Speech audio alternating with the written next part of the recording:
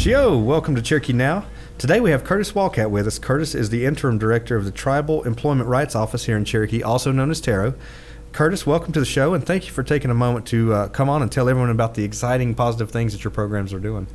Chris, thank you for welcoming me. Glad to be here. Glad to have the opportunity to tell of the exciting things that our program's offering now. Give a little bit of history and some of the things we've evolved to now. We're expanding in a lot of areas.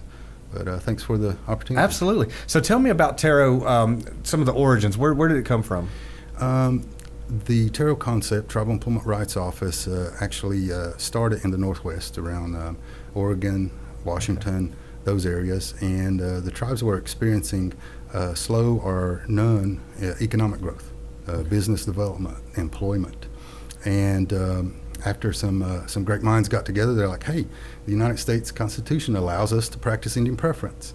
Let's work out a program and a system that and a concept that allows tribes to put enrolled businesses to work and employ them with an advantage. So that started in the 70s and it grew nationwide.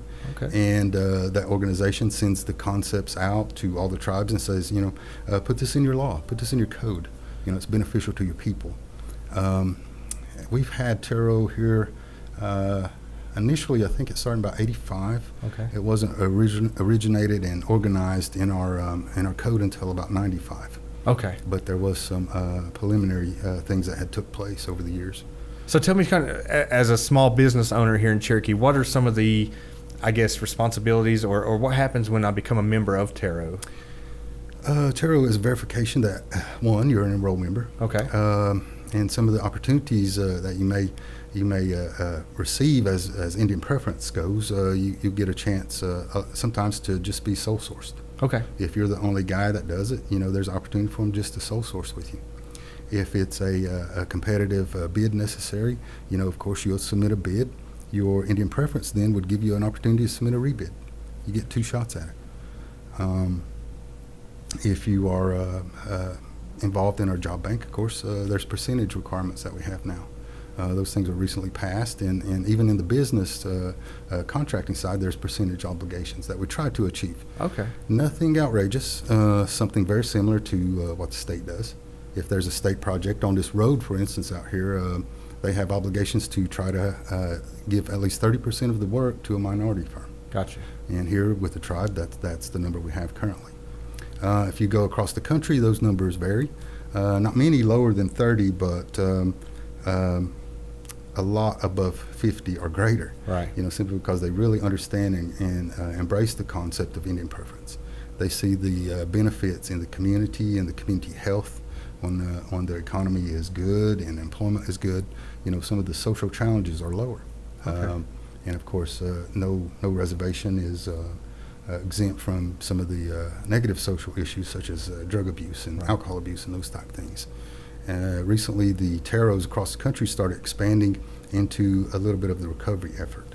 Not necessarily the professional side that helps with the medical side of recovery, but once a person is on solid ground, and the next step is to evaluate them and see what kind of job skills they potentially have.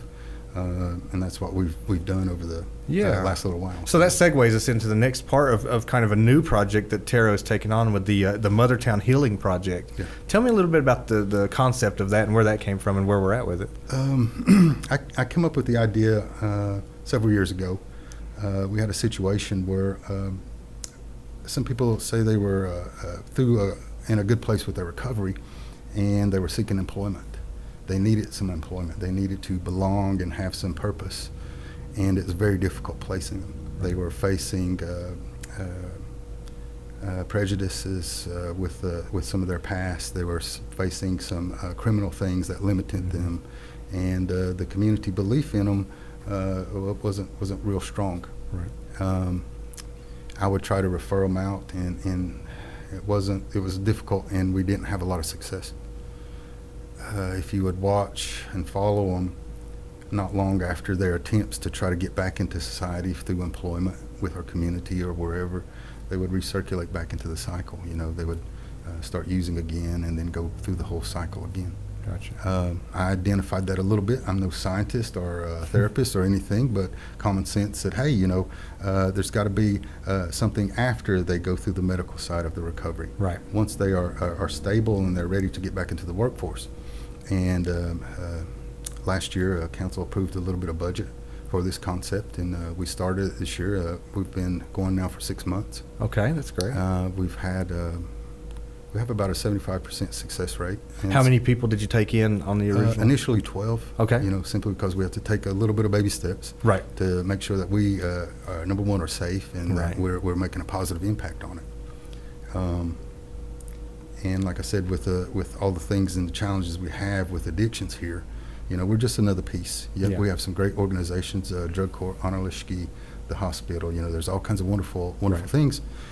Through us, because we deal with the employment and unemployment situations, we just kind of developed this special little program. Yeah, to address the socioeconomic side of Yes. it, Yeah. that's one of the components that it really falls through the cracks sometimes is, we can get people back on their feet, we can get people rehab, and we can get people to want to join back into society, but to really get back in, Yeah. there's got to be a component there that allows that transitional phase back into the world of work and back into society. Yes, absolutely. It's kind of like filling the gap. Right.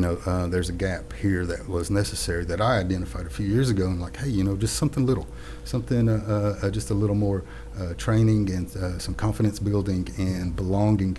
And we also give them opportunity with a lot of volunteer projects in the community, any kind of community benefits or elderly program type stuff. They're always involved. Hopefully the community will start giving them a chance, Good. and seeing the positiveness. And, like I said, no one's immune from it. And we all have it in our family, unfortunately, most of us. If you Right. don't, you're very lucky. It's just like, the easy part is being compassionate with Right. them, understanding. And fortunately for us, we did get the funding. We started out with the little garden project we had at Mothertown, hence the name Mothertown. Right. We had a pretty good year. It was a little bit of trial and error. Not everything come up like you'd want to, but pretty good year. Yeah. And some of the beneficiaries was, of course, Solly Manor up there. They love us. They liked our peppers and melons and all those things. So you had the participants actually go down to Kaddu and farm. Yes. That was part of their daily Yes. routine. Do the participants come in Monday through Friday, or? Because we had some limitations, we wanted to make sure that we minded our P's and Q's with our Right. funding. So we took it a little slow, and initially it started out 3 days, then expanded to 4 days. Okay. And 4 days a week, they would go and work the field. They're back in the earth. Their feet are in the ground. Their hands are in the ground. They're right next to this wonderful place down here at Kaddu. Right. And there's a little bit of spirituality that goes with that, a little bit of help towards your healing process. Be mindful, nothing scientific. Right. Nothing scientific, but it feels good. Right. It feels good to see something get started from a seed and nurtured until Right. it's something. Well, we've looked for answers. We all across the country and all around the world, I'm sure, with these drug issues. Mhm. And I don't think there is one particular answer, but I think looking at something like this that does root them back into their culture, roots them back into what it's like to be a member of society and to work and earn and that they have a responsibility. I think that is a great angle to put it. I don't think you have to be a doctor or a scientist to figure. The Cherokee have done it for 10 or 20,000 years now. Right. Why wouldn't it work? Right. To tie us back together, not exclude people, not push people out, but to pull us together and say, how can we work as one? Mhm. And where do we fit into that? Yeah, for me it was easy. It was an easy idea, easy concept. Right. And like I said, something about being there around that sacred place, if you would, enhances and puts a good feeling with everything. Plus, they learn how to garden a little bit. Yeah. And that in itself is going to provide a whole different position with their health. Right. They have a chance to have some fresh fruits and vegetables now. Right. As a lot of us, not accustomed to that. Right. I think it's a fantastic concept, and I'd hope that we would look at that in other areas. We have, incarcerated tribal members sitting in our jail cells right now. Why can't we consider pulling them out and allowing them to participate in a similar fashion, gardening, building. Why can't they do that as a community member again and come back into society and see that they have value? Yeah. I think when you give somebody value, Yeah. you're going to get the best out of them, and that's a lot of times what we're missing. Yeah, I think there's a whole medical side to it, but just being compassionate, saying giving someone a hand instead of turning your back. That's right. And those simple things have great rewards that I've seen. Our percentages are pretty good compared to the national. Good. And I'm like I said, it's a new concept. Where we go from here, I don't know, but it seems to be working. There's a lot of support out there. I wanted to ask: is there an end game? What happens? You've been 6 months into the project now, and you've got about 75% still retained. Just to give you a little bit of idea on how it is effective. We have 4 participants in the Truck Driving School Alliance. We've created a partnership with them. Provide that opportunity for them to go and potentially achieve that. We have a student full-time at Southwestern. Okay. We've achieved a couple GEDs. Okay. During this period now, they're not only doing work or labor or those type of things, they're also receiving education. The first 6 weeks we went through a North Carolina Works program, which simple skills that most people take for granted, how to do a resume, how to do an interview, how to dress, the personality, right. Your expectations etiquette, with time and everything, and all those things. 6-week course, and all of we had a great achievement, success with that, and those are some building their skills. Good. Building their skills, so whenever it's time for them to get back into the job market, or they want to pursue something, our concept is, we'll help you. Right. And basically, it's not that we fund that whole thing for them. We just help them use the resources. Right. We're kind of the in-between higher ed, and tribal employment aspect. Right. We're discussing some things with some tribal departments to do some internships. Right. Hopefully, we'll get something lined out in our first internship. Someone to learn office etiquette and professionalism in the office environment. Hopefully that transpires and we get that. That person then can go and basically work a job, right, and get groomed to be a good employee. Whether it's in that department or some other opportunity. Right. And it's just giving them a chance to become part of the community again. And believing in them, and having a kind of a support group with them. Well, I commend you for that work, and you're right. I don't think there's a dollar value you can put on bringing one of our members back to our society to be a successful member and participating and putting in their weight for responsibility. I think that's what it means to be Cherokee. Right. We all have a responsibility. We all need to put in our part of that, and sometimes we get behind, and sometimes we reach out and help each other catch up. Right. And that's what you guys are doing, and I just really am excited about the program and happy to see where things are going. Now, if somebody out there in the community sees this and they know somebody that might be a good candidate for that, have you gotten to the point where you figured out like a cycle of this, or how you're going to take new applicants on, or some of the limitations that we currently have is transportation. Okay. Fortunately for us, the project come together pretty easy. We got a bus from another department that wasn't being used. Perfect. We created a partnership with Transit. Transit's been awesome. Okay. They have a program for people in recovery to receive a bus pass. Okay. And they extended that to our program. Onoski is awesome. What we did initially was we relied on the established organizations that work with recovering people. Okay. Drug court, Onoski Hospital, and VOC, and said, you do the expertise side on that. Here's the criteria we would like to have. We'd like to have someone that's 30 to 60 days non-using. Yeah. And that they view as in a good, stable place. Yeah. And that's our partnership with them. They refer them to us.